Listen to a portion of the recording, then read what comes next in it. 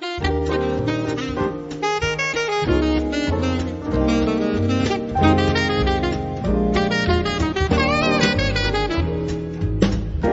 Portugal, there's a YouTube show full of fun facts you need to know. Carl rings the bell and the members show to the GMP morning show.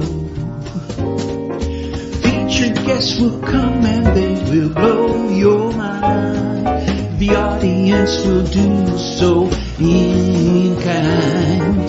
The little vanity mixed with some insanity on the morning show with GMP.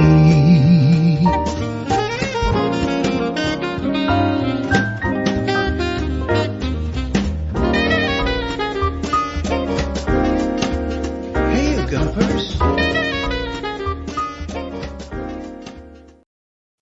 Hola, bon dia, Munson here. It's kind of windy out there this morning. Anyway, hola, bon dia, alegria. How you doing? Tudo bem? Como estás? Lots of comments in the chat already. This is fantastic this morning. But good morning to you. Yes, the Good Morning Portugal live stream, podcast and show.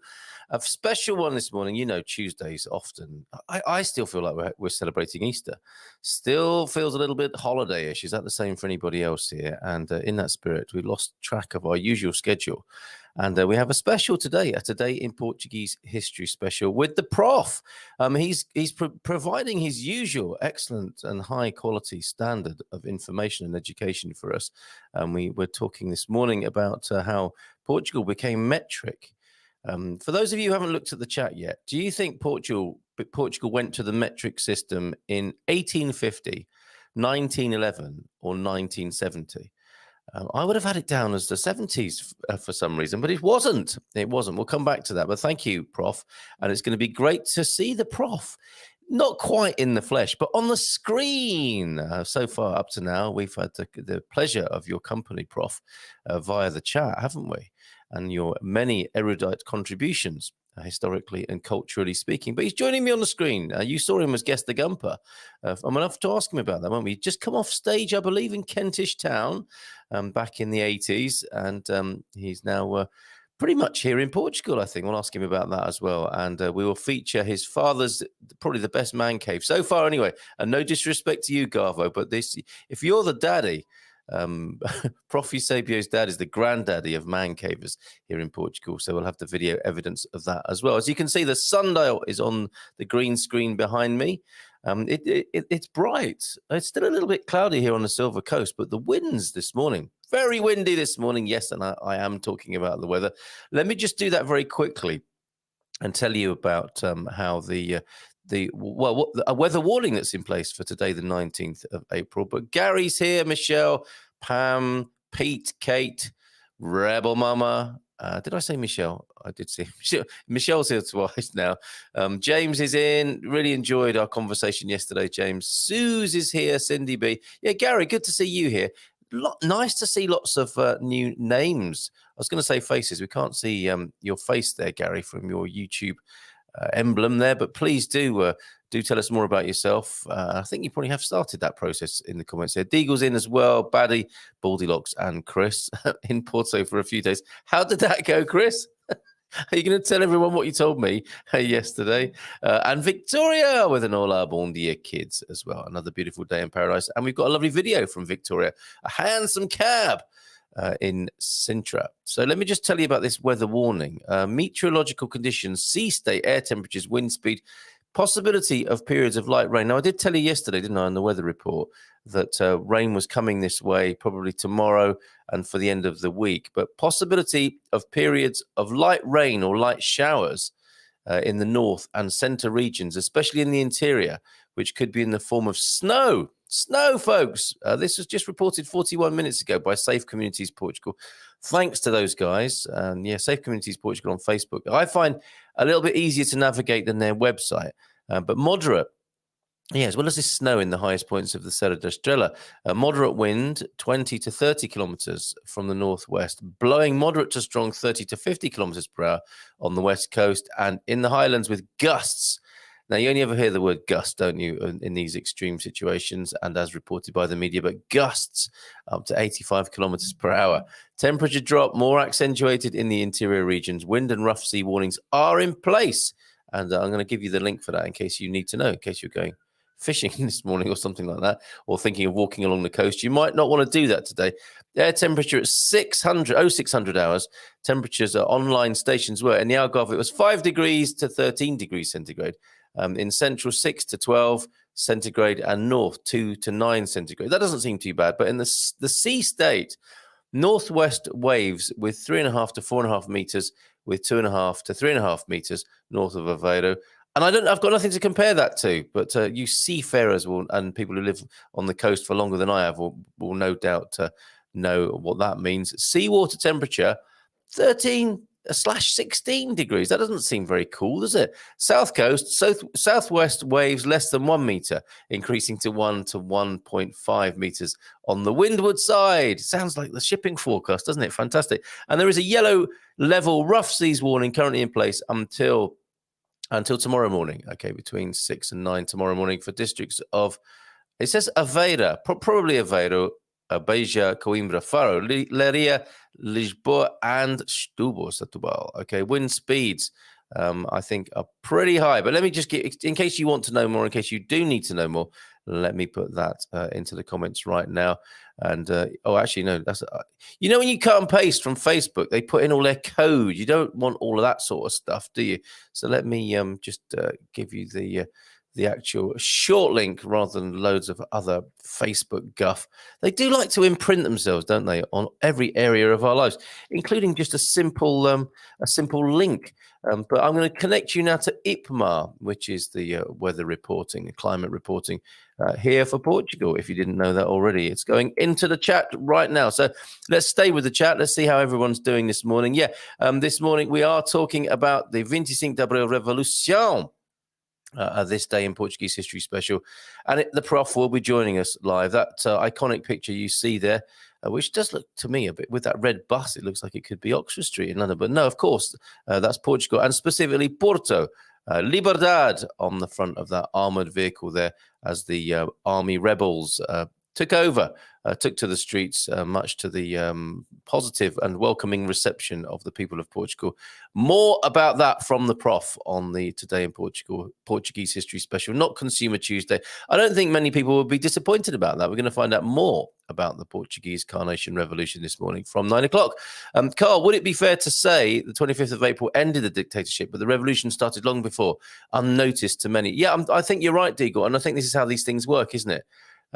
Traditionally, I suppose, the news reporting system says what's happening and gives it a particular angle, slant, lens, and we don't have to look far to see that that's what's going on right now as well, of course, to the most heightened levels. And yes, and then historians make sense of it. So I guess these things are happening with people. These ebbs and flows of social energy, you could call it.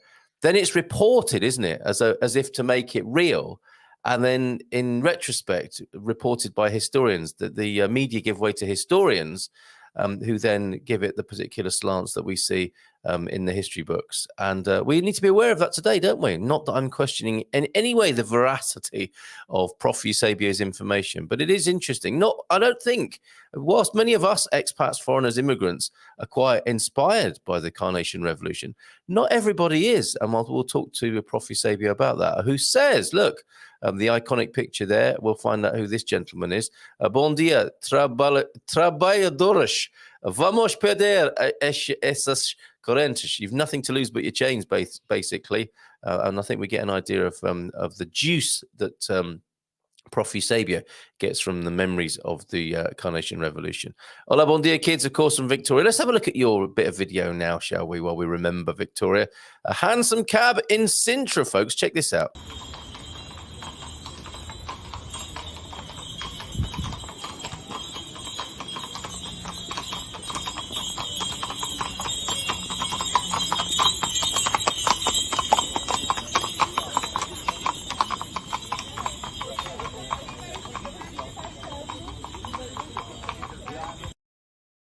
That's real pretty, isn't it? Thank you very much, Victoria, for that. With her customary greeting to us, Hola, bon dia, kids. Another beautiful day in paradise. Back in the south, I believe. What are the waves like? Are they 1 to 1.5 meters down there, Victoria? Talking of meters. Oh, here we go.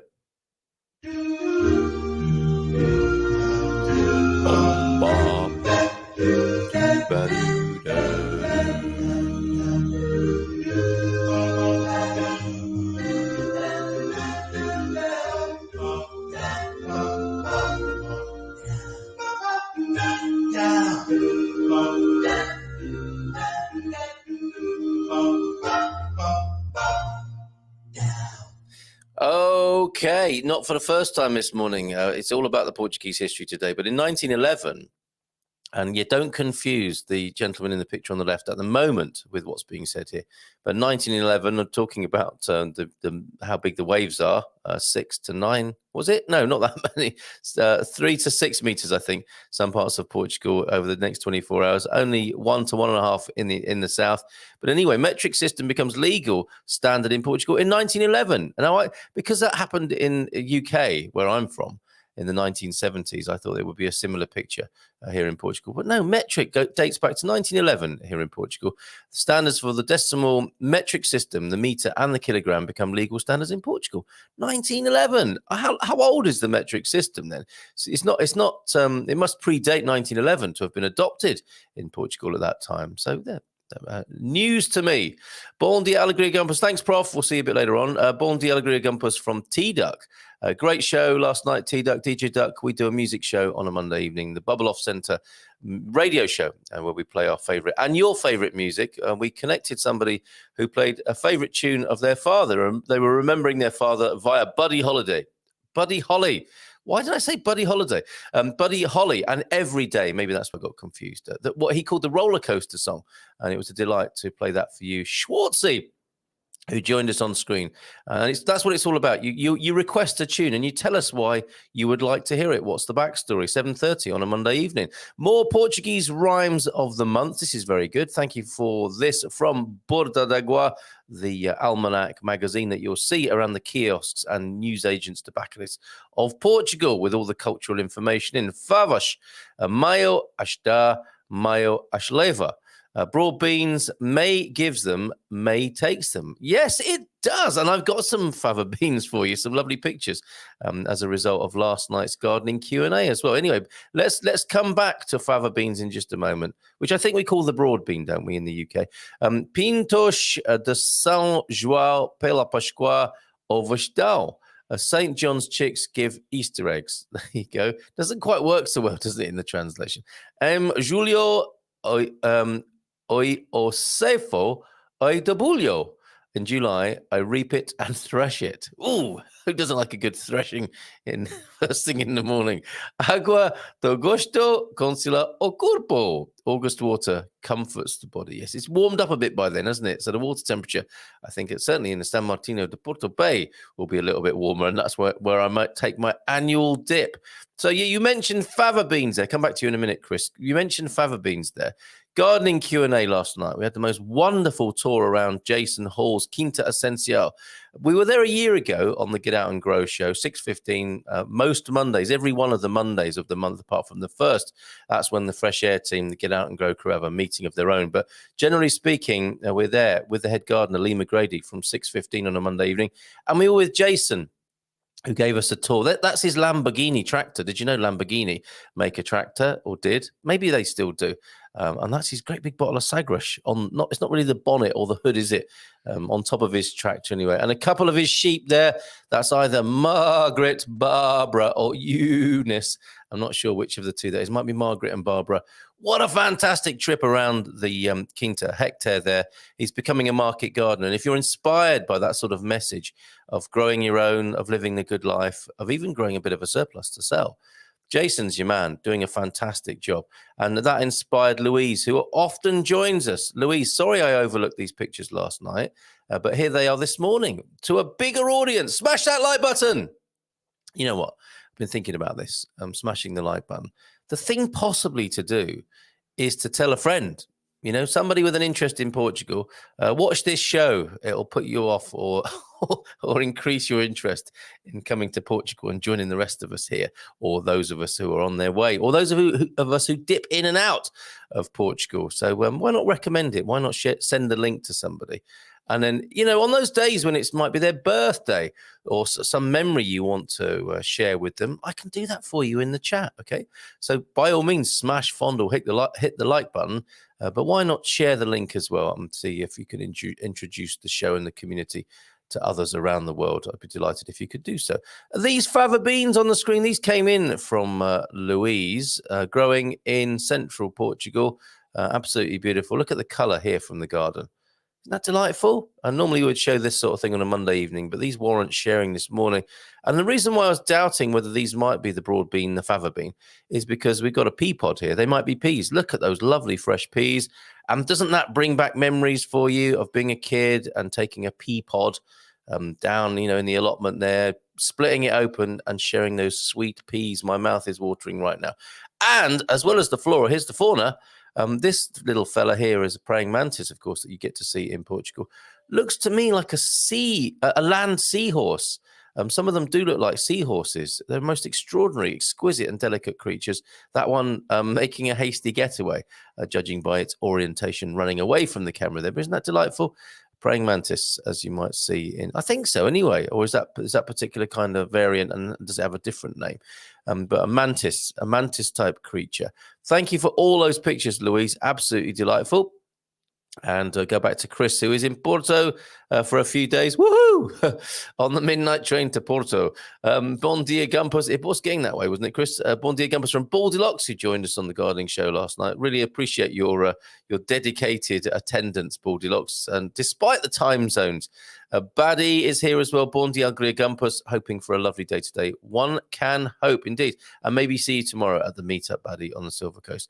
I'm thinking we might be indoors again, right? Bon dia, todos, Amsterdam. He's not saying it's sunny today. Missed yesterday's gardening show with Jason's walk around. Have to watch it after this.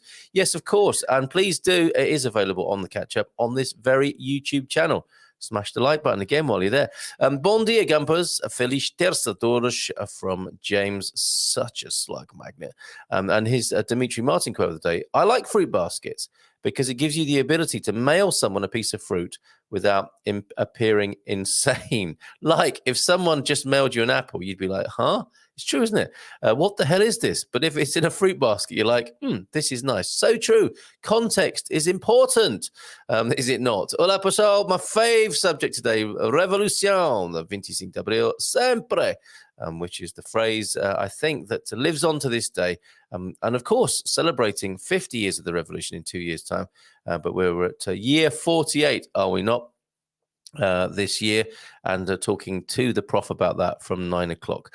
Rebel Mama also, yes, says Digor is looking forward to today's show and took a brief trip to Cascais with the H-mates, the housemates yesterday. Yet another beautiful coastal location in our beautiful Portugal. And I was finally able to get an Ativo account opened. Third time's a charm. Okay, third time lucky. And Gary, let's give Gary a nice warm welcome this morning. A new name. You might have been in once or twice before, Gary, but a lot of lurkers, and I'm not saying you're necessarily a lurker. There are lurkers and likers, and they are interchangeable. But some people are not feeling too confident about saying hi. In the, I suppose is it a bit like being at college or school or something? There are some familiar faces and voices here, aren't there? And maybe people are a little bit, not so confident about stepping forward and saying hi. But I'm glad you did, Gary. Good morning to all from Gary Saint-Amand. And Alan sent me a video of opening bottles of champagne yesterday with a saber. Remember Alan yesterday with his saber and his YouTube pic? Very funny. That wasn't you, Alan, was it, in the video? But Alan might join us when we consider reopening the Good Morning Portugal Wine Club in the autumn. He'd be a great guest. And he mentioned the Touriga Nacional grape, which is a mainstay of Portuguese wine blending red wine grape there. I think it's only a red grape. A midlife crisis world tour. Wow, Portugal were early adopters. Yes, we were slowly inching towards it. Well, hey, should have got a dad joke warning in there. Sorry, I didn't. Pam's here also. Good morning, Pete. Pam's here too. Bon dia todos. Cindy B. Bon dia, alegria gumpers from a rather windy Nadadoro. Been on the fava beans, eh? I'm here in Lisbon until Saturday, says Gary, who is telling us more about himself. Then we head back to New York, USA. Gary, how's it going? Are you enjoying yourself? That's the main thing. Let us know. Good morning from Suze and Taxi there. Finding a free banking account with a Portuguese bank was challenging for me, and now it's done. Small victories. That's €8 saved a year, isn't it? Very good. Well, you know the Portuguese, give them a foot and they'll take a kilometre. Well, hey! Bon dia from Susie Q. Susie Q joined us last night. YouTube member, that's what that little sign means. Thank you, Susie. And also a fan of the radio show. You were sharing our radio show last night, which we really enjoy. T-Duck, that was Susie Q. Same Susie Q here that was sharing the link to our radio show last night. Bon dia. Wow, it is windy here, lol. Whipping in via the keyholes. Hold on to your seats, yeah. OMG, says Rebel Mama. E will be on the show. Yay, indeed. And you'll get to... I wonder if he'll live up to the image you've created, because that's what we're like here, isn't it? I mean, we are a virtual community. We get to see each other's photos. You can see Rebel Mama's photo there. Sometimes people are like they are in the picture. Sometimes they're not. And you can see for yourself whether the growing image that you had of Eusebio, Prof. Eusebio in your mind measures up to the actuality on the screen a little bit later on. Not long now. Bon dia, Carl, from Michelle in Australia. And windy up here in the mountains, says Rebel Mama, responding to Susie Q. What's it like over there in Australia, Michelle? How's the balcony? Yes, quick look then at the crocheted carnations. These will be on the balcony at some point, the crocheted red carnations and other interesting artwork in Rebel Mama's house there. Very nice, and some nice photos there. I've heard, says Pete, that the metric system makes women more attractive, especially my friend's Portuguese sister. Oh, I can't read any more of this without doing some of this. I've got more to show you on the video and picture deck as well. So hold on a minute. We need to set this up. Warning. Warning.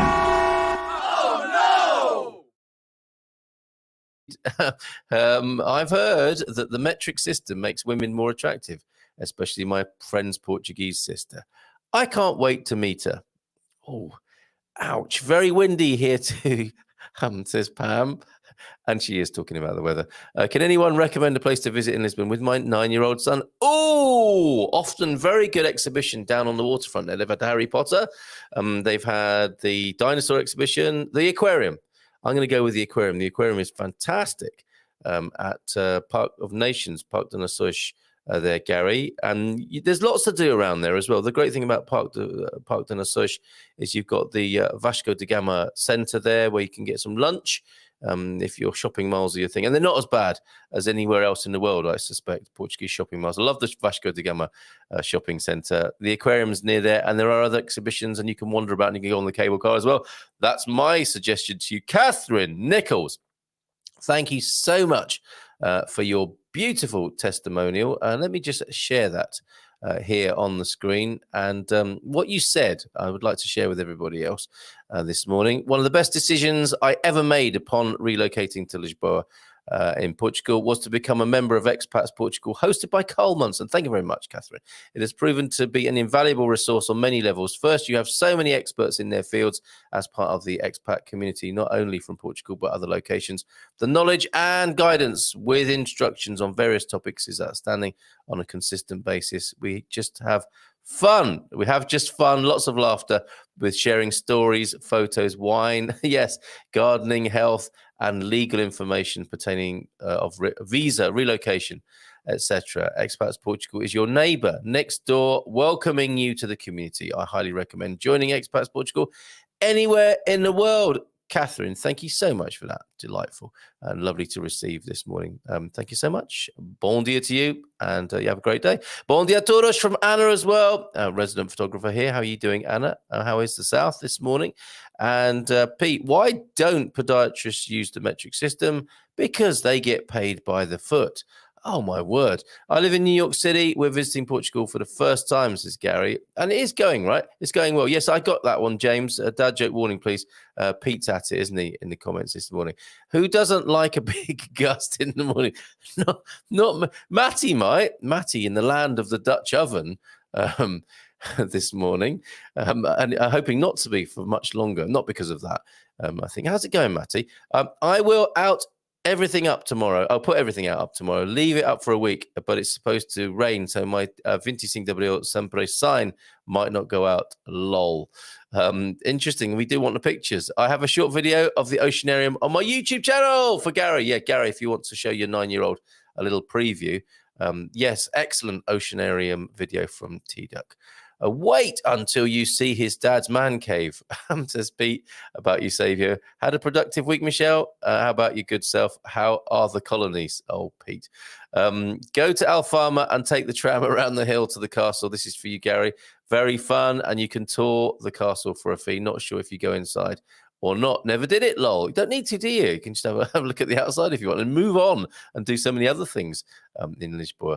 Heads up, I'm a half calf today. Oh, watch out. Why is that? Have you haven't run out already of that special coffee you have people bringing in for you from America, from Trader Joe's? We do love your gifts, but we can just say that the cheese has made our fridge a danger zone.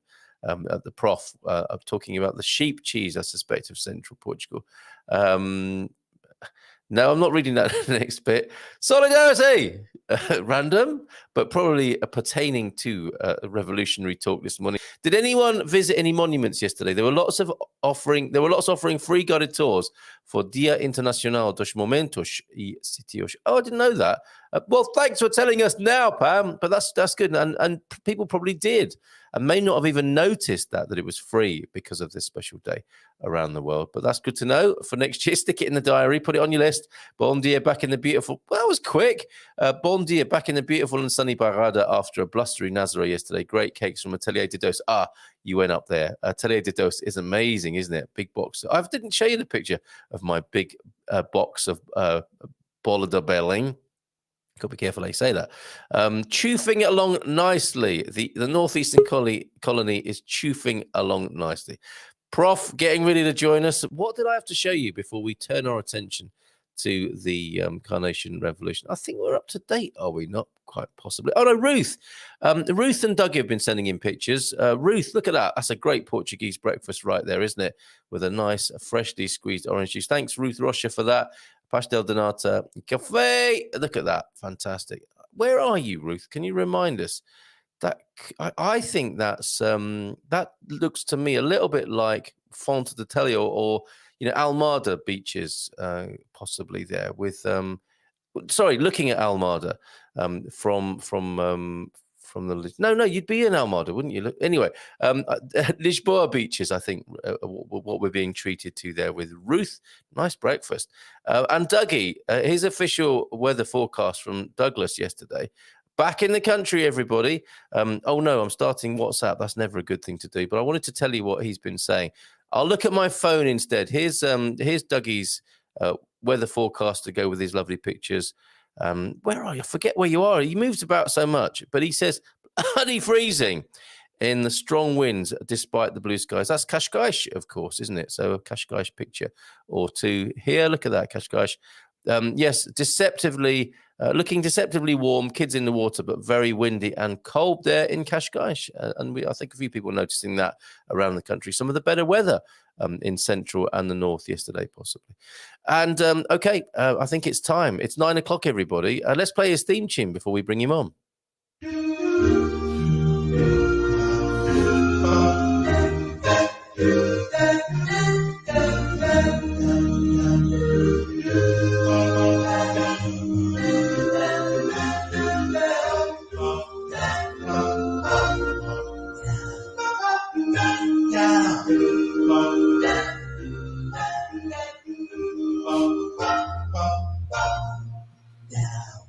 Who knew? Prof Eusebio is here. Who knew that you would have your own doo-wop version of the Portuguese national anthem to announce your wonderful interjections to the Good Morning Portugal show?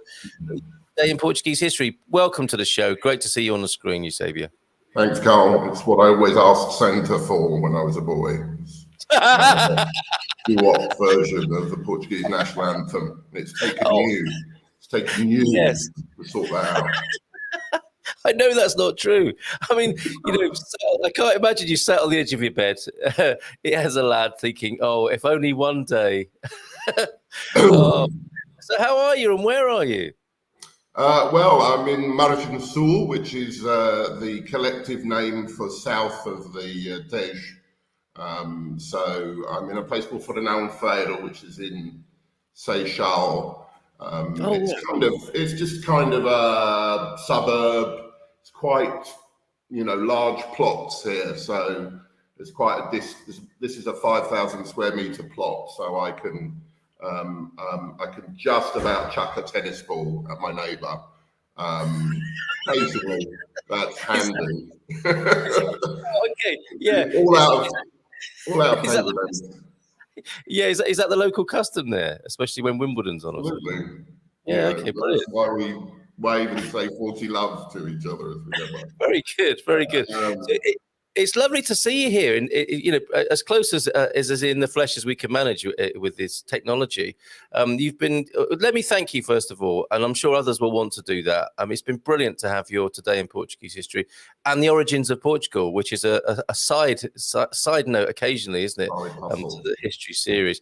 So can you put us in the picture about who you are and how it is you have an interest in Portugal? Some people know that backstory, others won't, of course. But you're making the move from London to Portugal, but of course you are deeply entrenched in ancestrally with Portugal, right? Yeah. So my mum and dad are Portuguese, or my mum was Portuguese, and they moved to the UK in the late 1950s as part of that sort of almost that Windrush generation. They came over to work in service. So my dad was a butler and my mother was a cook. And so I was born in the UK when there was about 3 other Portuguese people in the UK. And I'd go to Catholic school and half the playground would be Irish and the other half would be West Indian, and I'd be in the middle going, "Don't all kill me." And I think as a kind of a coping tactic, you become more anglicised because of that. You become, you sort of adopt your Anglo-Saxon environment. And as I've got older, I've discovered more about my Portuguese side. So Portuguese was always a little bit strange. We'd come on holiday, and my dad would end up going to banks and solicitors, so it was always felt a little bit boring. So it was only later that I discovered Portugal as a kind of a pleasurable experience. And as part of the decision to come over, I decided that there was no point just coming because it was sunny and the food was good, that I had to kind of know that I had to know what, the country that was, part of my bloodline, I guess. So I just started doing random bits of reading, and then of course the show came on, and I think I just sort of posted a couple of Today in Portuguese histories, and then it turned into a bit of an obsession. So sometimes at 3 a.m, I'm going, "I've got nothing for Tuesday. I've got nothing for Tuesday." Oh, we really don't want to put that amount of pressure on you, but we are really grateful, and it is such a lovely adjunct compliment to all that we're trying to do here. And I think it's been, people look forward to it now, and I'm so delighted that Warren Shan was able to produce the doo-wop version that is now your theme tune. Do you know what? I'm looking at the comments, and we'll get to the ones that are going to welcome you on the screen. And we do want to find out what you were doing on stage in Kentish Town in the 80s as well. So we'll get to that. But the metric system dates back to the 18th century, apparently. Metric system introduced by France in the 1790s. Incredible, revolution. Oh, you said that.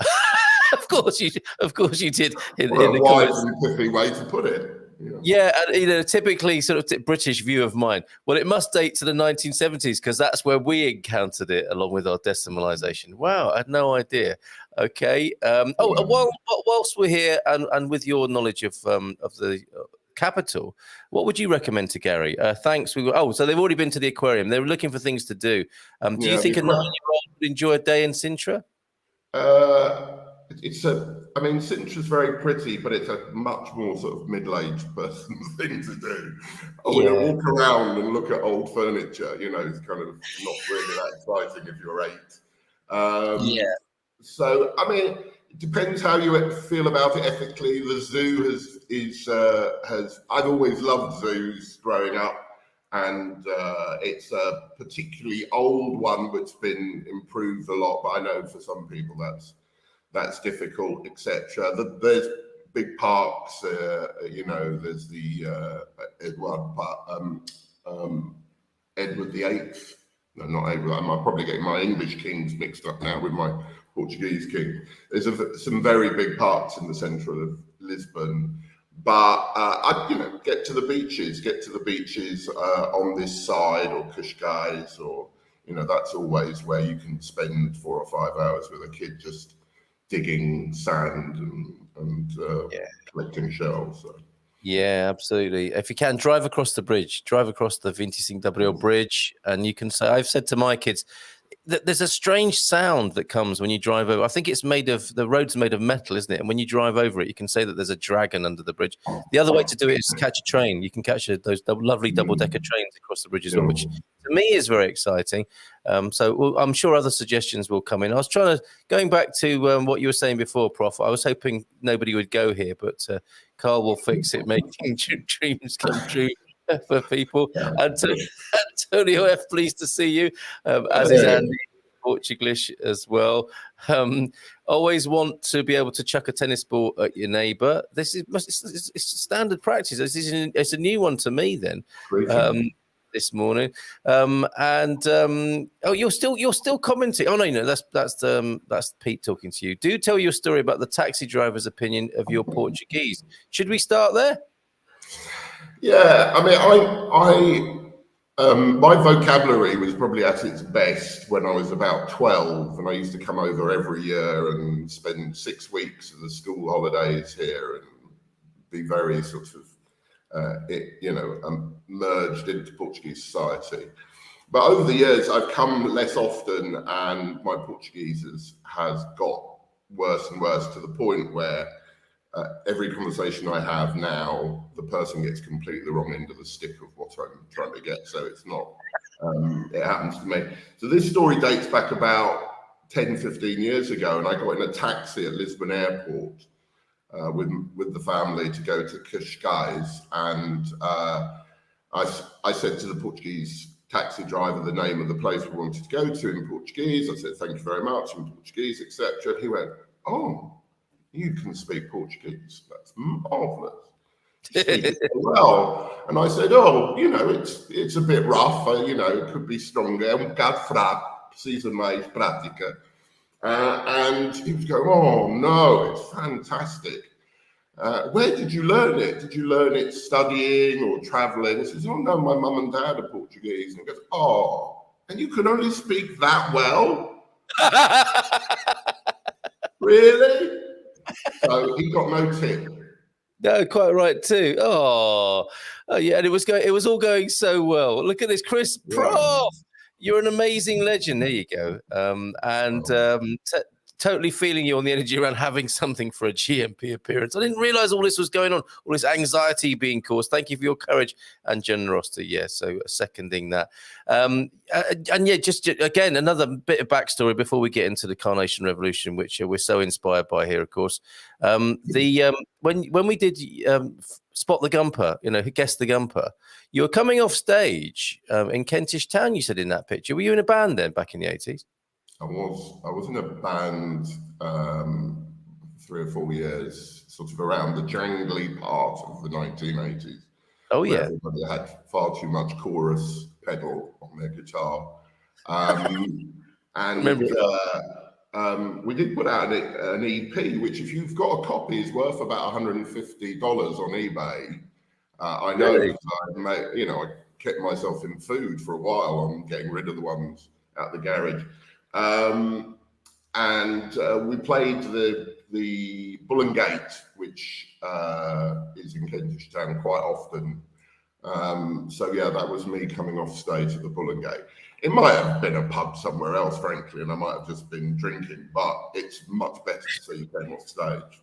And the name of the band? The name of the band? We were called And So to Bed. And people used to say, oh, that's a funny name. Why you got that name then? And I go, it's the Pepys Diaries, of course. It wasn't. It was the name of the bed shop in the middle of London that I drove past one day. Me too.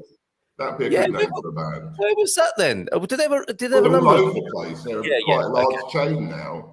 I mean, there was probably about 2 of them back in the 80s, and you could get away with it. But I remember jangly guitars, and I do remember And So to Bed. And I thought you were even erudite at that age, you're referencing Samuel Pepys, but no, the bed shops of London. So yeah, Sam enjoyed it. In life, you post-construct your history around it, as you were saying earlier. You kind of analysing. What I was really thinking about was not mattresses in Highbury. It was Pepys. Yes, mattresses in Highbury. Yeah, we throw the dart into the wall and then draw the target around it, don't we? Bullseye. You can only speak that well. Sam enjoying that story. Great taxi story from James. And you're being complimented on your English. Eusebio, your English is perfect, though. He does speak English well. Very good. All right. So you have... And Andy, so do you. Yes. Well, I don't know about that, actually. This was a little bit of a homage to Andy. I was setting up my desk. So I'm working from here from Monday. So I was setting up my desk. I'd gone to IKEA, as you know, Carl, to get a desk. Oh, yes. Yeah. Set it up. I was quite pleased with it. And then I go onto Facebook and Andy says, I've got the home office set up. And it looks like Starship Enterprise there. And but he was taken. He was taken down a peg or two by one of his relatives. I saw that. Excuse me. And someone said it looks a bit OCD to me. I mean, it's incredibly well equipped. You'd think you'd be able to, produce a better man cave with all that kit. Anyway, that's a bit bitchy, wouldn't it? So the meat of the matter today. This day in Portuguese History Special, 25 de Abril, something we're very excited about as immigrants and foreigners coming in. The idea that there was a bloodless coup here, 1974, and is that you're shaking your head there? That might not be quite right. What first of all, why do you think it is so inspiring? What is it that is so important that people should remember about the Carnation Revolution to start with? Well, I mean, I suspect people will take from it what they need, rather than saying that there's a single truth for everybody. Mm-hmm. But I mean, Portugal had been under the yoke of a fascist dictatorship for a very, very long time, and there had been multiple attempts to either to dislodge the regime through violence or through some form of more pragmatic change, none of which had been successful. So it was almost that that thing about pushing against a powerful wall and thinking I'm not making any impact on this at all, and then the whole thing just tumbles down. You realise that the erosion of the previous 50 or 60 years had led to the unsustainability of this stud north, and that also it's a left-wing revolution led by the army, which is most of us grew up with juntas and coup d'états being a right-wing thing, a way of overthrowing left-wing governments. So that's quite unusual that the country came together, both in terms of workers in the field and soldiers, to dislodge the Stud North. So, in Portuguese terms, it's definitely the most important part in my view, the most important part of the 20th century, and colours everything subsequently. So you can't understand Portuguese history or current politics without understanding Vincent de Abril. Yeah, and you mentioned the Estado Novo there. That's the regime, I suppose, that followed the monarchy. So the monarchy was toppled, wasn't it? And in came a not number. quite. Well, okay, go on. What happens is in 1910, the monarchy is overthrown. There have been assassinations of the king and the next in line, and in 1910 the First Republic is formed, a far more sort of, if you like, sort of liberal democracy, or an attempt at liberal democracy. But what you have is a very, because of literally centuries of a lack of a democratic process, you have a very splintered political system. And I mean, the old joke when I was growing up in the 70s, that if you were Italian, you all got a go at being prime minister. And Portugal during that period is very much the same, you know, from 1910 to kind of 1922-ish. You know, there were new governments nearly every week, you know, and I think I did one about a government that lasted an afternoon.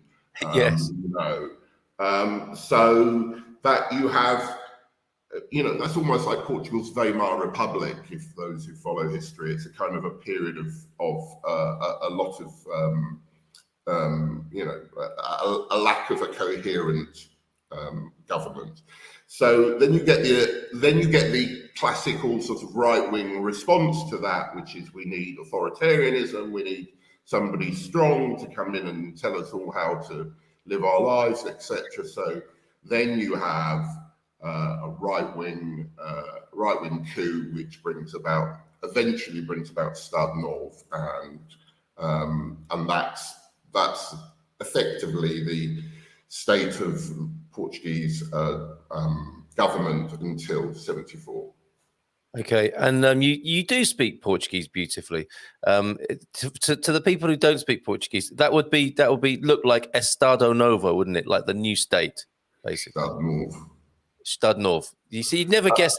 That's why it's so difficult when you go to a cafe and you've been taught to say "queria café" or "me delight, faz favor," and really all that anyone says when they go into a cafe is "coffee."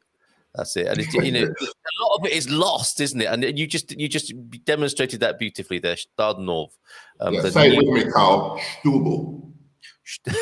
Thank you. Stubble.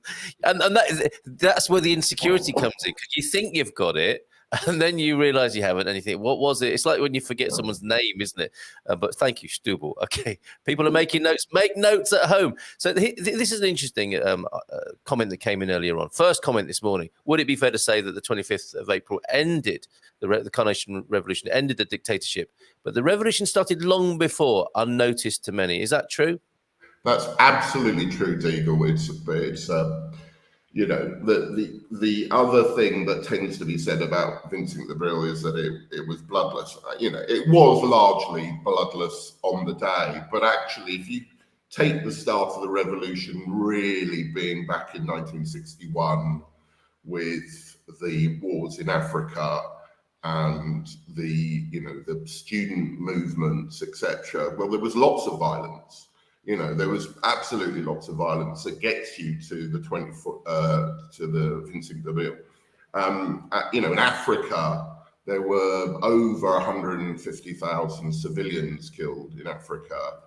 Portuguese troops, African troops fighting for the Portuguese. There were, you know, and that's, if you like, that's the intellectual cauldron in which, you know, the Portuguese Revolution is being sort of boiled or being cooked. It's not really even in Portugal so much. People are going out there. A fact I read the other day was, apart from Israel, Portugal had more of its population in the army than any other country as a percentage of its total population than anywhere else in the world during the 1960s and 70s. And these were just waves of young men being sent out to the colonies, often returning, you know, sort of shell-shocked, etc. In fact, I sent you some pictures of members of my family Wow. in their. Okay, let's have a look. So that's my Tizé, and he was in Africa, and he will tell you the gruesome violence in Africa, and quite brutal subjugation of local populations. The bombing of, there was a famous strike in I can't remember if it was Guinea-Bissau or Angola, which the Portuguese just literally bombed the factory. So there's lots of violence, and violence is traumatic both on the people you're inflicting it on, but also, if you have any humanity, it has impact on you as well. Of course. And this is my father. If you see the guy standing up just next to him, sort of with the rather chubby cheeks, that's my dad in India. Now, he was, in a way, he was lucky because he went to India before the Indians took the Goa and Del back. So he had he talks about his national service as being quite peaceful and, a bit of a laugh, really. He was in the Coimbra artillery, but it just shows you it was a very militarized state. Everybody had to do national service. All men had to do national service, and most of that national service was about protecting the colonies. It's incredible, isn't it? And I think we have another one here. Yeah, that's him propping up a cannon. It's probably the bar. I think he may have photoshopped the bar out and put the cannon in. Yeah, that's what you want, isn't it? It reflects better, doesn't it, on your national service? But, I mean, I did those because they're kind of cool photos, but also they are fantastic. But it's as much because, as I say, even post the revolution, there was national service in Portugal up until I think the 80s. I'm sure João and Antoniio will be able to tell you, but the national service and the militarization of the Portuguese state was, been up until quite recent. And people may think, of course, that the colonies would be in Africa, but you mentioned Goa there, of course, Portuguese colony, and a lot of people only know Goa because they've had a nice holiday or a rave there. Portuguese, pretty strong influence in India. I mean, Portuguese were in India before the British had left. After the British, that's the history of it. But Portuguese, apart, if you take out Brazil and sort of southern Africa, Portuguese colonies were predominantly sort of small cities. They were trading points. So, if you go back far enough, you've got places like Malacca in Malaysia, etc. I think your mum talked about Malacca. That's right. Yeah. So, these were quite small places. In India, Portuguese had Del and Goa and one other place, which I can't remember. My dad was stationed in Del. And, as I say, had a perfectly peaceful time. But I think, again, in 1961, the Indians went into, just sort of after many years of trying to negotiate a peace with the Portuguese to hand back those colonies, the Indians just went, we're going in. It was Operation VJ, if you want to look it up. Wow. Okay. And it's a difficult thing to talk about because, in many ways, it's hard in any way to countenance invasion and taking over other people's places and nicking their stuff. I mean, that's the bottom line of colonialism, isn't it? Yeah, but in world history terms, the Portuguese seem to not quite occupy the same space as other colonialists, notably the British, or is that just my rosy view of Portugal and the Portuguese? I mean, it's hard to find a kind of genuine, compassionate version of colonialism. Yes, that's right. On the end, if you're the one being colonized, you're generally, not enjoying it, and that's whether or not you're, sort of Native Americans or, your Aborigines in Australia or, you're Africans. Portugal shipped 2 million people from Africa to Brazil, basically to run the farms out there as slave labor. The reason why Brazil is a predominantly mixed and black country is because the Portuguese shipped those people there. They completely changed the demographic of a continent.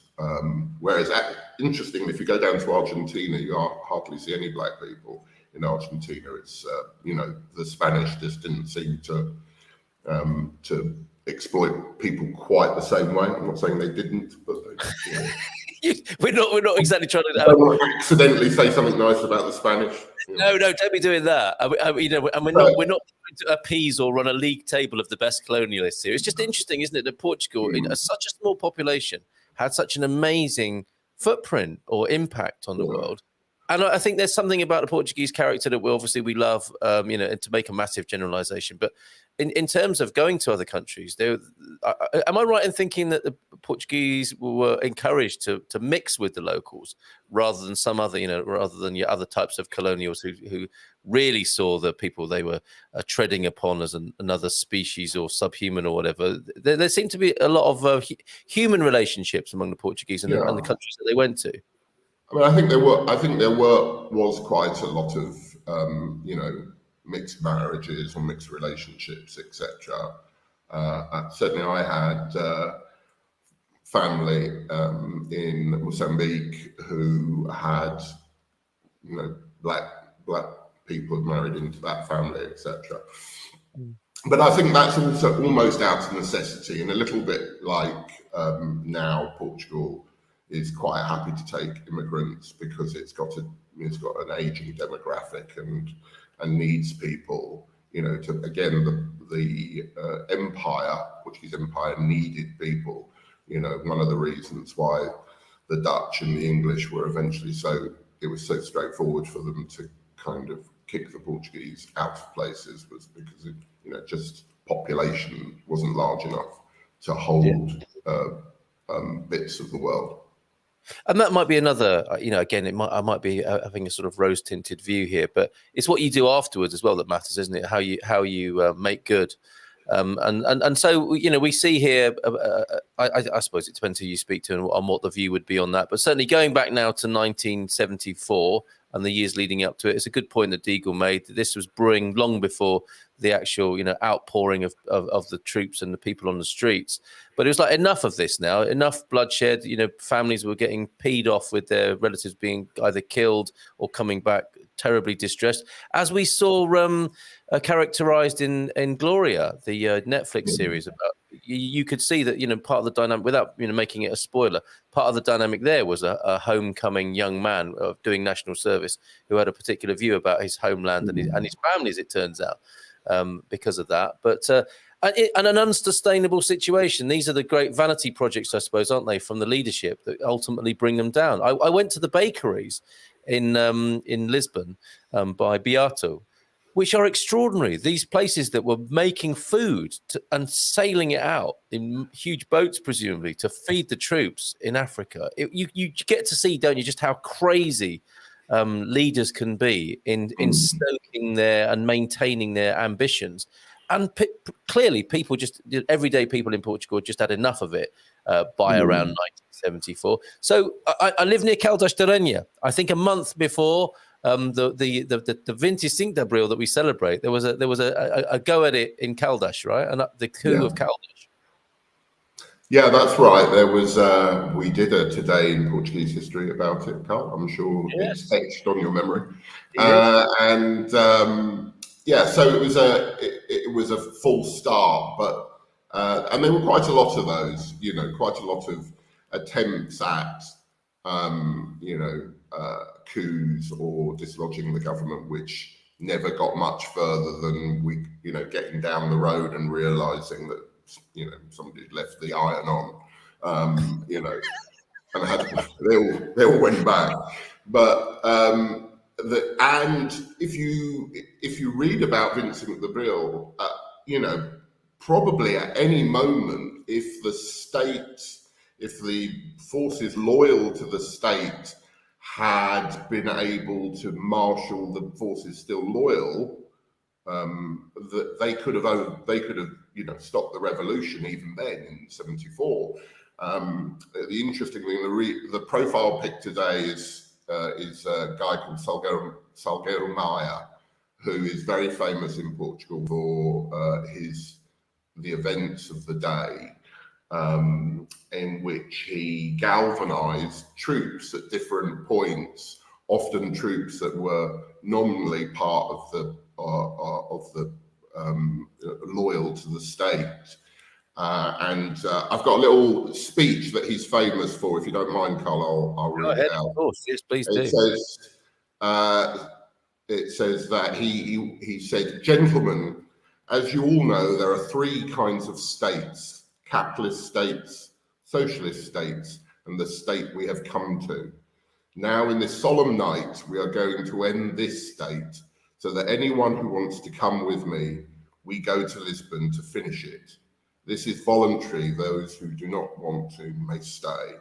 And throughout the day, he had events where, if garrisons had kind of, decided to shoot back, they could probably have, stopped the revolution from happening. But what happened is a little bit about that weariness that you were talking about. People realize that, I don't really want to stick by this general here who, maybe next week will ship me out to Angola to be killed. I'd rather go with these young captains.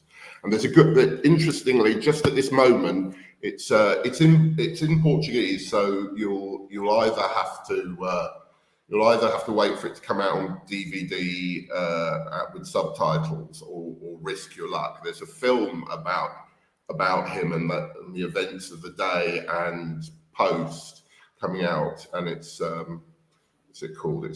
It came out on the 14th. Yeah. And it's called,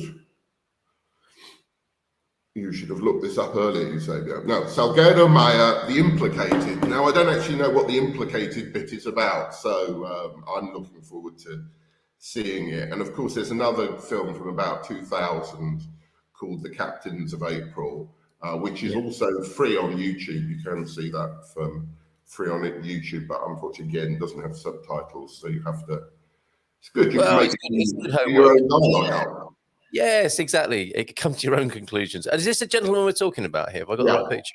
Yeah, there we go. That's, as I say, he became very much a reluctant hero on the day. I mean, very sort of committed to the revolution, but afterwards didn't really seek political power. So post 74, the MFA, the movement, the Forces Armadas, had control of the country.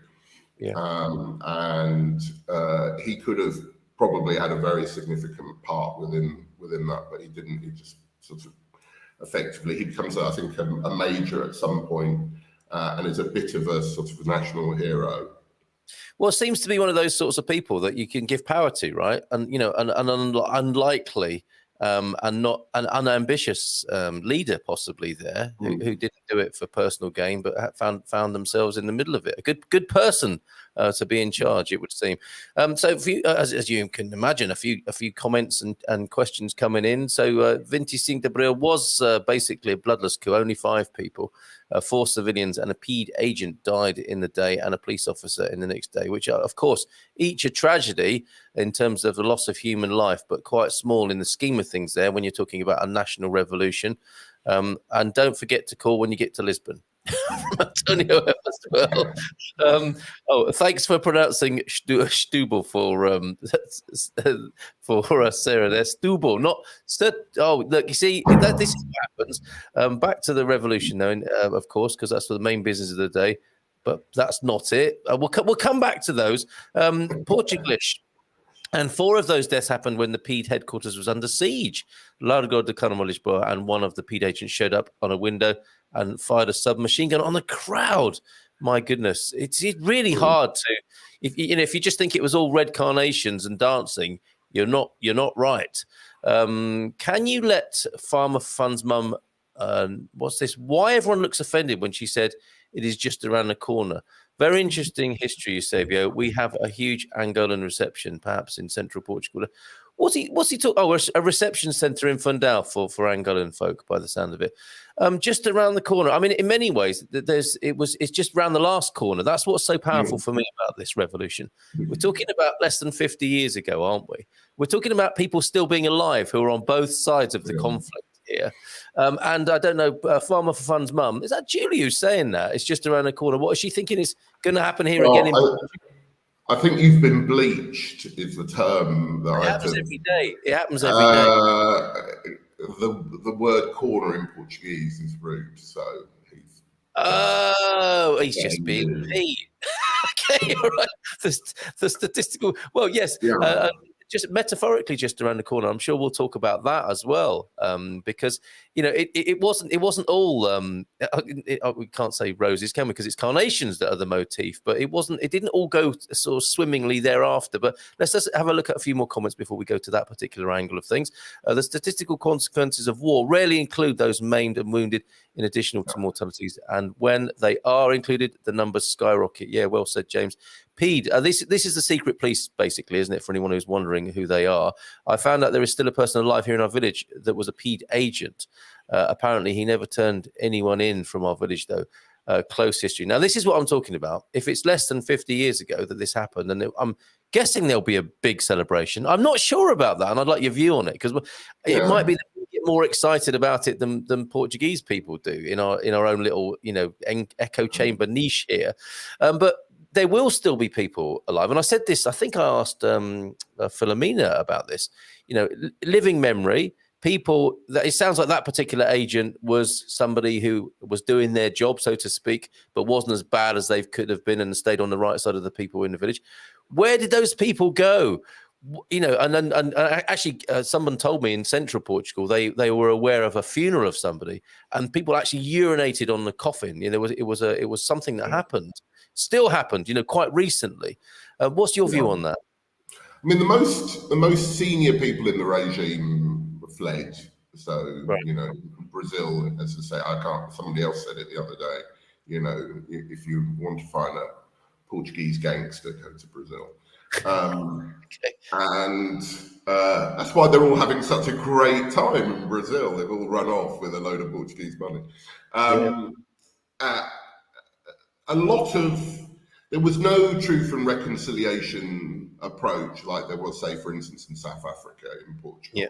So there's no doubt that when that guy on the balcony at PED was firing into the crowd, he probably was thinking to himself, I need to save myself here. Maybe I need to try and scare this crowd off because they could lynch me.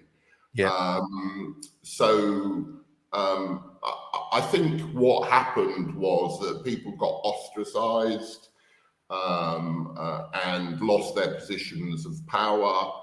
But there wasn't, this wasn't Italy in 1940, whatever, where there were people hanging from lampposts. It was very much a kind of as say, as ostracization. I have people in the family that it became a little bit of a way of sneering at people. You go, oh, that person used to give PED the names of X and Y, almost irrelevant of whether they did. It was just a way of sneering. Putting someone down, yeah. So I think in a bizarre way, without the construction of something like a Truth and Reconciliation, I think the country came together pretty well, and a lot of people on the kind of centre right who were nominally not bought into the kind of left-wing politics that came out of it, sort of have accepted a lot of politically what came out of it. I mean, it's no surprise that the centrist party on the right in Portugal is called the Social Democrats. I don't think they would be classed as Social Democrats anywhere else, but it's almost like they had to clothe themselves in that language post-74 in order to be accepted. Amazing. Okay, let's have a look at a few more comments. And thanks for being here this morning. Really, really enjoying this. Mrs. G told me lots of Portuguese came to England to avoid the Guerra de Ultramar, and that's what happens, doesn't it? People do avoid conscientious objection or just simply run away from that. Thanks, Eusebio. Really interesting. Have to go to work, but we'll listen to the rest later. Yeah, please do, Pam. Catherine, sobering here. Look, Lisbon, Portugal had the largest slave trade in the 14th century, which occurred along the southern Portuguese coast. In Lagos Bay on August the 8th, 144, the arrival of 235 slaves. It was 2 centuries ahead of Western Europe countries and was watched by Prince Henry the Navigator. And you quite rightly so. And I take it from you, Catherine, that yes, this is your rosy view, not correct. Sorry. And I accept that completely. 100,000 killed probably equals 1 million maimed, wounded, killed, and traumatized, says James there, based on the numbers that we go on. Eusebio, Portuguese territories in India until 1960. Yeah, Goa, Damal, and Diu there. Pede, in case you're wondering. Del, yes, of course. Yes. Polícia Internacional de Defesa do Estado. Political police there, the Pede.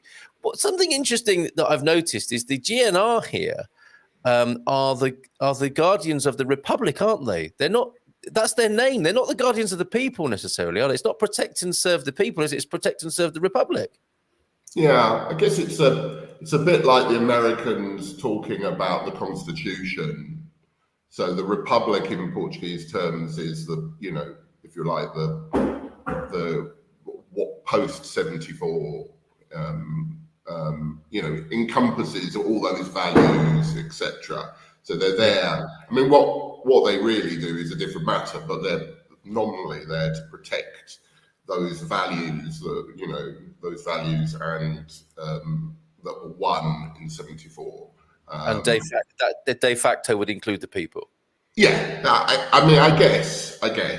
I mean, in the end, states become something different to how they start, but that's the idea behind it. Okay, with Gloria, also one experience of the process of being drafted, going to war, and returning wounded. Yeah, in every sense of the word, wounded there. Antonio, Carl, it's easier to keep a percentage. Yeah, there's me with my rosy view again. It's a tactic to mingle. If you mingle, integrate with the locals and not oppress them. And as Portugal always had a very small population, that was the best way. Yeah, and that is a remarkable thing, I think. In world terms, it is has always been a small population with this incredible reach around the world. Between 1890 and 1895, Africa went from 5% colonization to 90%, says Pete. As Eusebio said, just little ports. And when capitalists were attacked, they sent in the army. Incredible. Very, very interesting, says Doug here. Show this morning. I'm learning a lot. Great balanced views. Lovely show, both of you. Well, we're doing our best. We do have our axes to grind, don't we, Prof? But we're doing our best. If Douglas thinks I'm being balanced, I've got problems. I clearly need to lean left harder. Yes, you do. In the morning, Doug, in the 1960s, at the height of the Cold War, in the small village of Gloria do Ribatejo, João Vidal will take on several high-risk espionage missions that could change the course of Portuguese history. That's the backstory of Gloria there, isn't it? I mean, how true is it, do you think? Have you watched it? What's your analysis of that series? I thought it was an excellent piece of drama. It's probably the best sort of crossover piece of drama that I've seen made in Portuguese. I mean, a lot of Portuguese drama is kind of low budget, or has historically been low budget. So I thought it was a fabulous piece of TV. It probably means more to me than it would mean to somebody who's not got the Portuguese background. There are lots of it which are very, very true. As I say, the story of people running off to France. It was over 1 million people fled to France to go and both work. I mean, my parents didn't flee because of the regime, but they kind of did. It was the poverty of the 1950s and 60s, which was part of the economics of the Estado Novo that led them to coming to the UK. So even they were economic migrants, but they were economic migrants because of the actions of the state. So that bit's very true. The fact that everybody's always smoking, that was very true. It's the most amazing use of dramatic smoking ever. If there's a category in filmmaking for best use of smoking, you've got it in Gloria, haven't you? Because it punctuates somebody just thinking, and you're given a moment to think about what's going on, aren't you? As somebody lights up another cigarette by a car in the middle of nowhere. It's fantastic. Yeah. Well worth watching. History can watch it. Okay, yeah, you recommend it. History can feel so distant and not particularly personal, but it is always a story of people. It's quite true, isn't it? And it's the same with politics. That what gets reported on the news, what gets reported in history is felt personally. We know this. The cost of living crisis. Sound bites can take away the humanity of these situations. And these people live truly human lives. Love, ego, generosity, courage, cruelty, all of it. Yeah, all of life is there. Amazing. Deagle enjoyed the captains of Abril there. Very good. Joao F. Morning, Joao. And thank you both, Antonio and Joel, for being here. National military service ended in the early 90s. I served in the 80s for 2 years in the Navy Marine Corps, and my drill sergeant had spent about 9 years in Guinea during the colonial war there. Incredible. PED accusations sound very much like communist accusations of the late. Yes, you can see that, can't you? The put down, the shorthand are using it in that way. This PED smearing sounds similar to what has happened in the Netherlands DS with NSB people. Those were working for the Nazis and providing intel of locals, Jews in hiding. People, what are they like, eh? Eusebio, mention what happened to the workers' unions after the revolution. Did they get all disbanded by the centrists and communists? Okay, so yeah, we the bit we know are the pictures of the people on the streets. The Carnation was put into the barrel of a gun. That's the bit we love. Relatively bloodless, but it wasn't all plain sailing thereafter, was it? As revolutions rarely are. Well, I mean, if your politics is slightly left of centre, as mine is, the most exciting bits are the bits that come after 74. The collectivisation. If you drive around central Portugal, you'll see, lots of the winemaking industry is called cooperative this and cooperative that. And it was basically the workers taking control of factories and land. The land had fallen into the hands of, literally a handful of families. In the Beiras, there's a famous family called the Garrettes who owned, most of, Beira Baixa, and were famous for trying to enclose common land. And there were like local revolutions against that family. So at that point, there was lots and lots of workers taking hold of factories, taking hold of land, collectively producing goods, etc. Now, interestingly, the army went in and often to stop violence, but didn't reverse that. And you didn't really get a reversal of a lot of that until the 1980s, until you started to get some like neoliberal politics coming into Portugal, and there was lots of, the classic thing is TAP. TAP has been nationalised, denationalised, nationalised, denationalised over and over again because, politically, the centre-right believe it shouldn't be run by the state, and the left think, usually what happens is it gets put into the hands of commercial organisations who realise they can't make money out of it, and then the state comes in to effectively bail them out and renationalise it, and then they do it all over again, sort of 5 or 6 years later. So that was a very exciting period, but as I say, interestingly, in terms of development of the country, and I remember coming to the country in the 1970s, my grandfather's house didn't have any running water inside the house, had minimal amounts of electric light. Their family of 8 had originally lived in this 2-bedroom house in the middle of the village in central Portugal. So they lived in extreme poverty, and I've kind of lost my bearings, so you'll have to bring me back, Carl. Anyway, yeah, sorry. So the workers were able to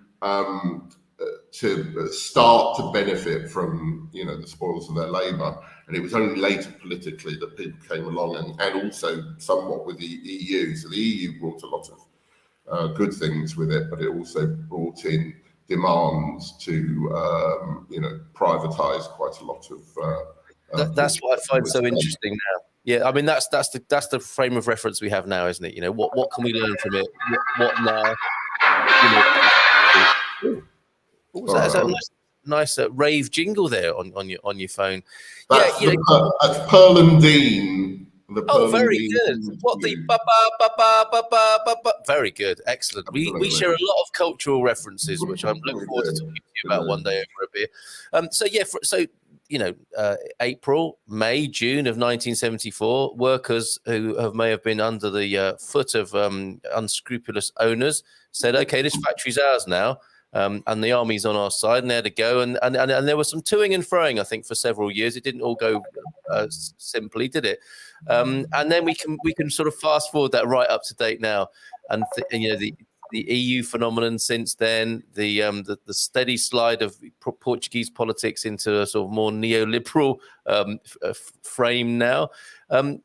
Given that you've been so generous with us here, and you always are with Today in Portuguese History, but today the special on the Carnation Revolution, what do you think? Given what happened, since 1974, where we seem to be going with globalized neoliberal politics, what would you hope for that will be remembered, and I suppose, in revolutionary terms, metaphorically, what sort of revolution would you like to see now that would be a great legacy from the Carnation Revolution? Well, my view is that, at least in Portugal, those of you who've come across it, there's a thing called the Overton window, which is the acceptable areas of discourse of the state, and it shifts around. So during the 1970s, unions and, public ownership and things like that were all acceptable discourse. You have 1979 and Thatcher comes along and the Overton window shifts to the right. And nobody could talk about being in unions and nationalisation, etc. So, but Portugal, of course, that window is still very much further to the left, even if it's not where it was in 74. And I would like to see, states often. One of the things I hear from people on the right in Portugal is, we were the poorest country in Europe in 1973, and we're still the poorest country in Europe. What difference did it make? Well, we won the right for universally to vote. We gave up being a colonial power and oppressing other people. We've learned we've adopted a much more comfortable life than I remember in the 1970s and 80s when I used to come here, as I say, going back to my grandfather, where, my dad used to say that there were potholes the size of his whole car when he used to come to Portugal, and that they used to have to go around them. Now it's the reverse. The UK, Stockwell High Street, it's full of potholes. I come here, it's got the best roads that I've seen. I remember begging being a Portuguese thing. Street begging was a Portuguese thing. I came here, it was shocking. Now, I hardly ever see, you're going to central Lisbon, you'll get street begging. But begging is a huge thing in the UK. Food banks have grown exponentially in the UK in just the last 10 or 12 years. So if anything, I would like it to cling as much as possible to its social democratic roots, where whatever benefits there are in the state are distributed as fairly as possible. Now that's difficult in a poor country like Portugal, but I'm very proud of what it's done post 74. I think post 74 is a triumph to the will of having higher ideals and just having the highest possible GDP you can, and a consumer society that just voraciously swallows up its planet. Yeah, incredible. Well said. Yeah, and it's people being people. There are, of course, Portuguese people who say, yeah, it doesn't run as well as when Salazar was in power. Bring it back, and this blimmin' revolution and all that. And then, the lefties are like, it could have been so much better. We could be in a so much better place now if we'd done some different things. But that's just people being people. A question being asked is, why no big court cases against the government peed after the revolution? And was there any legal action after 74 for those in Salazar's administration? He wasn't, of course, the leader at the time of the revolution. People forget that, don't they? It was the overthrowing of his spirit, but not him personally, right? He died in 74, and the joke is that he didn't realise he still wasn't running the country when he died. Other people have told this story, but he fell off a chair and was hospitalised, and they told him he was running the country. He had like secretaries coming in and taking notes and stuff like that. But Caetano had taken over by that point. So if I'm honest, I don't know whether there was a lot of as I say, the most important people in the regime fled the country. I think Caetano was eventually pardoned. Again, João or Antonio will probably remember this. He was eventually given some kind of status where he could come back to Portugal.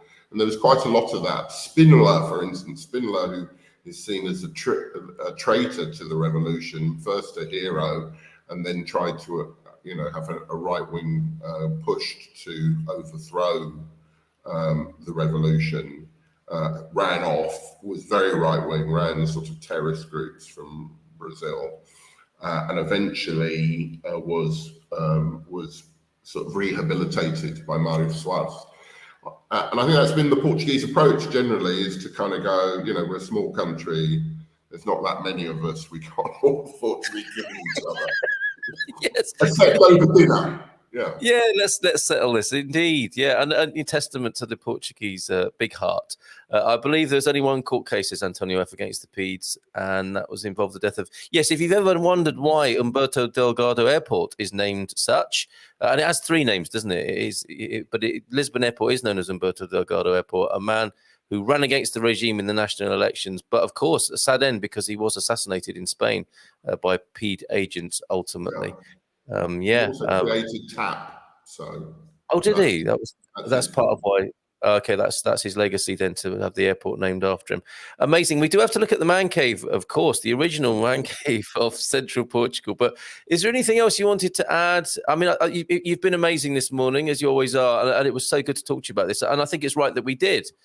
Because, of course, next Monday is the actual anniversary, 48th, and we'll move forward to the 50th. Do you think, am I right in my assessment that Portugal might not make as much of it as we would have them make of it as expats, immigrants who are very excited about the Carnation Revolution? I mean, there's a commission being run by the president I'd be amazed if Portugal gives up an opportunity to have a party. Well, yeah, there's going to be food, isn't there? There's going to be food and music. I mean, there's a commission being run by the president as to what the festivities will be, and there'll be a month-long minimum, from what I understand. But the specifics haven't come out. I guess you probably don't want to be talking about a party in 2 years' time while people are dropping dead from COVID. So I suspect that's why it didn't get the public, or hasn't had the publicity as yet that it would have. But it's interesting that Gilda said the other, in her note on Monday, she was going, yeah, there's a really, really big holiday coming up on Monday. And I think that's the way the Portuguese see it, as a really good opportunity to celebrate. So, what they have now. Yeah, and others are thinking they want to celebrate with the return of their Tesla. Others will be wanting their reunification meeting with Seth and driving licenses to the IMT. Maybe we can all bring those celebrations together. It's going to take 2 years for your car to be done this year. Yes, that's the joke there, Mama. Prof, anything else you want to add before we go a little bit more local and back to the legend who is your dad now on this show? Yeah, no, just thank you very much for the show, Carl. I mean, I sort of stumbled across it looking for information about coming over. I decided about 8 or 9 months ago, having traveled the world looking for somewhere to live that wasn't Portugal that I've ended up deciding to come and live here. And so I came across the show looking for information, and I now spend ridiculously too much time watching you. Carly said, "Dude, you should get an injunction against me, essentially. Have a webcam put up around the Munson house, just so." No, we're so grateful to you. We're so grateful to you, and so glad you did choose Portugal. So the midlife crisis world tour ends in Portugal, does it? Are you resolved, and are you over the crisis? Yeah, I think so. This is the final sort of stage where I'm convincing my employer that I can work from Portugal. In fact, they're probably already convinced, and I'm almost convincing myself that I can do what I do. I work for a charity in London, and, and they've been fabulous about the idea. I mean, we went through COVID with most of our staff working from home anyway, so it's a bit hard to turn around and go, well, if that home were in Portugal, how much more difficult would it be?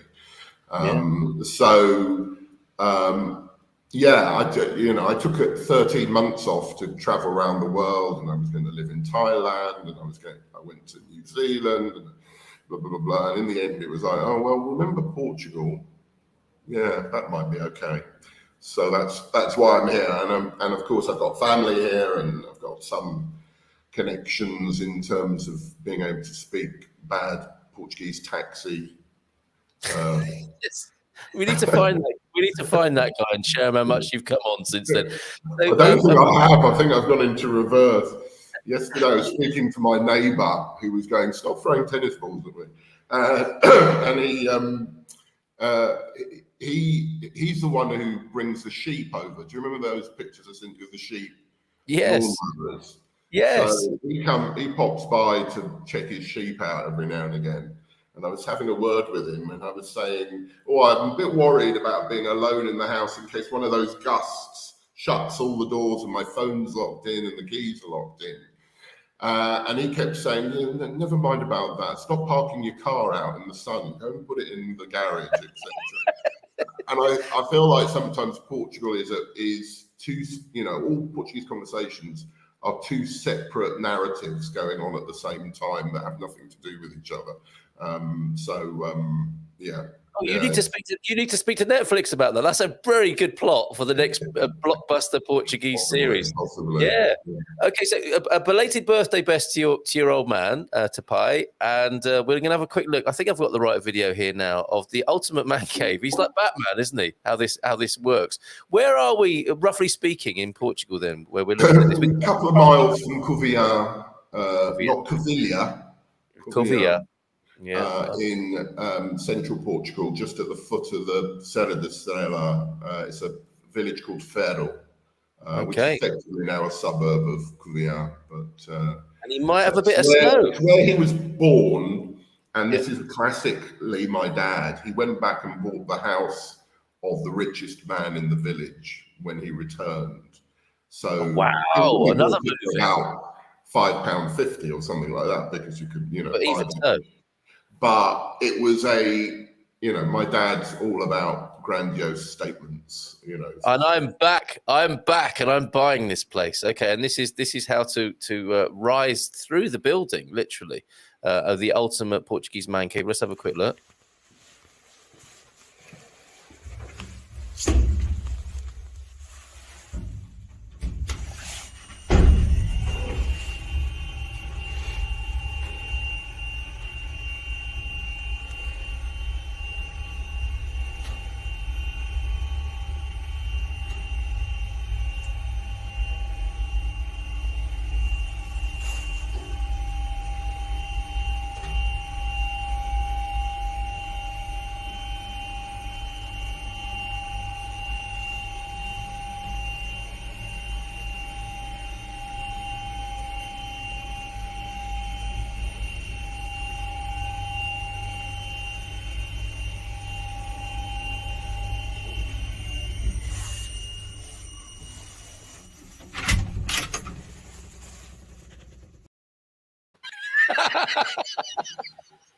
Blistering bacalhau, Batman. in the kitchen. That's superb, isn't it? Garvo, eat your heart out, mate. I know your man cave is brilliant, but you haven't got a lift connecting the garage to the kitchen there. Oh, superb. Just a couple more comments then. Andy, I will see if I can get the pics up afterwards because I'm going to crash WhatsApp on the show if I try and do that now. But we can always carry on forward. We've always got tomorrow here, haven't we? Fingers crossed. In Lisbon, there's the Aljuba prison, now a museum about the 25 de Abril. Okay, so plenty to see and do around the country. Perhaps the Carnation Revolution will be a good inspiration for other nations. That's what we hope for, I think, isn't it? And we arrived in the house on 25th, and it will be our year anniversary in Portugal. Missed nothing about London. Now I have my nefarious Bovril Smugglers, which he says is a good name for a band as well. It is. If you get the band back together again, Eusebio, you could call them that. There are worse names. And the conversation has continued. I didn't manage to get to all the comments in the chat, but a last word has to go to you, Prof, about this whole business and perhaps your new life here in Portugal. Yeah, so I'm hoping I've got to go back to North Rwanda at the end of May. Talking about the UK, everybody. Yes. And sort out my affairs finally, presuming I'm working from Monday again, but remotely. So at the end of the month, I'll go back to UK and hopefully sell up and come out permanently. And then I'm lucky enough to have places to stay, so I don't have don't need to do the D7. I have somewhere to live. So Brilliant. It's a much easier experience. I'm saying that not because you need to know, but just to brag. Yeah.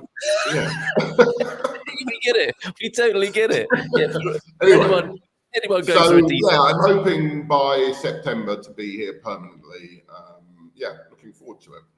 And the Midlife Crisis World Tour will conclude and park its bus in a Portuguese neighbourhood near you, in one of his many places across Portugal, by the sound of it. Prof, you've been amazing. Thanks so much. I look forward to this. Is not the end, is it? I look forward to your Today in Portuguese History tomorrow. All right, all the best, mate. Take care. Thanks, everybody, for tuning into this special today. Have a great day, and we'll see you again tomorrow. Cheers, Prof. Bye for now.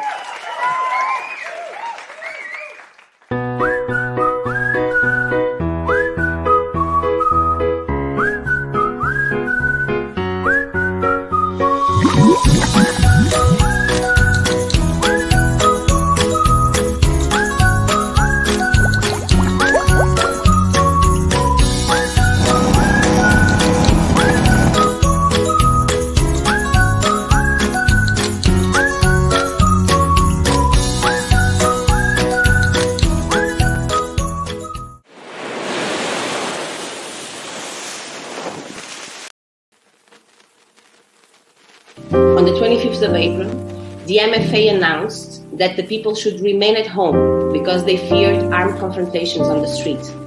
But the Portuguese population clearly disobeyed the military orders to stay at home because the thirst for freedom overcame all fears.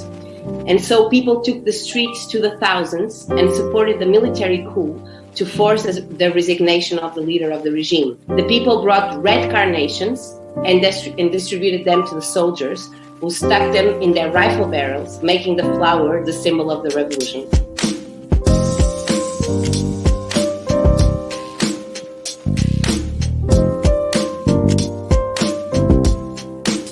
The revolutionary process of 74 and 75 was one of the liveliest experiences in Portuguese history.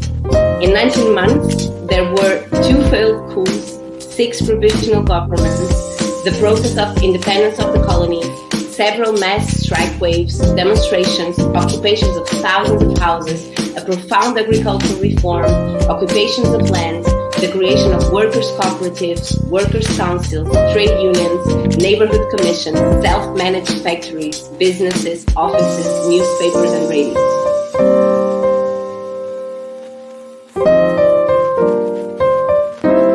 Because the thirst for freedom overcame all fears.